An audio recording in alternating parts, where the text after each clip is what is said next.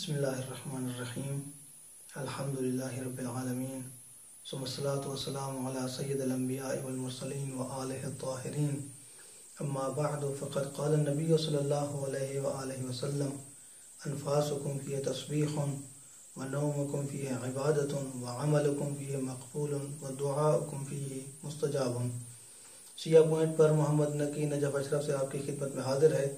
خطبہ شعبانیہ کے حوالے سے یہ دوسری ویڈیو ریکارڈ کی جا رہی ہے۔ پیغمبر اسلام شعبان المعظم کے اختتام پر ماہ رمضان المبارک کے فضائل بیان فرما رہے ہیں۔ اس خطبے کے اندر ارشاد فرماتے ہیں انفاسکم فیہ تسبیح، مہینہ اتنا بابرکت مہینہ ہے کہ اس مہینے میں تمہارا سانس لینا اللہ کی بارگاہ میں تسبیح کا درجہ رکھتا ہے۔ فرماتے ہیں وَنَوْمُكُمْ فِيهِ عِبَادَةٌ، تمہارا نیند کرنا اللہ کی بارگاہ میں عبادت کا مرتبہ پاتا ہے۔ وَعَمَلُكُمْ فِيهِ مَقْبُولٌ، دیگر مہینوں کے اندر اعمال قبول ہوتے ہوں نہ ہوتے ہوں، اس مہینے کے اندر سرکار ارشاد فرماتے ہیں کہ تمہارے اعمال اللہ کی بارگاہ میں مقبول ہیں۔ وَدُعَاؤُكُمْ فِيهِ مُسْتَجَابٌ، فقط یہی نہیں بلکہ اس مہینے کی ایک خاصیت یہ بھی ہے کہ اس مہینے میں جو بھی دعا کی جائے گی اللہ کی ذات اسے مستجاب فرمائے گی اور اسے شرف قبولیت عطا کرے گی۔ اب سوال یہ ہے کہ کیا مانگا جائے اللہ سے، کیسے مانگا جائے؟ تو اس حوالے سے پیغمبر اسلام نے جو اگلی بات کی ہے انتہائی خوبصورت بات ہے اور انتہائی قابل عمل بات ہے، اور ہمارے لیے سبق اس میں پوشیدہ ہے۔ پیغمبر اسلام کے ہر حدیث کے اندر سبق پوشیدہ ہے، لیکن یہ ہمارے ساتھ خاص تعلق رکھتی ہے اس حوالے سے، دعا کے حوالے سے۔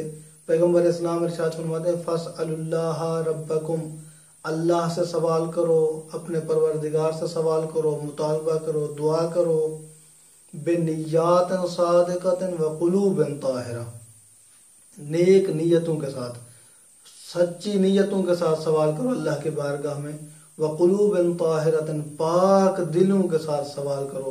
اس کا مطلب یہ ہے کہ دعا کی قبولیت کے لیے سچی نیت بھی ضروری ہے، پاک دل کا ہونا بھی ضروری ہے۔ پیغمبر اسلام فرماتے ہیں کہ سچی نیت کے ساتھ، پاک دل کے ساتھ اس بابرکت مہینے میں اللہ سے، اپنے پروردگار سے سوال کرو۔ کس چیز کا سوال کرو؟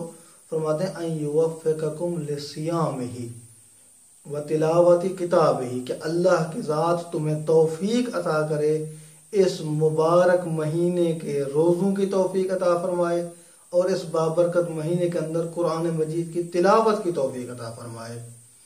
اس کے بعد جو اگلی بات ارشاد فرمائی ہے، سرکار ارشاد فرماتے ہیں فَإِنَّ الشَّقِيَّ مَنْ حُرِمَ غُفْرَانَ اللَّهِ فِي هَذَا الشَّهْرِ الْعَظِيمِ۔ اللہ اکبر۔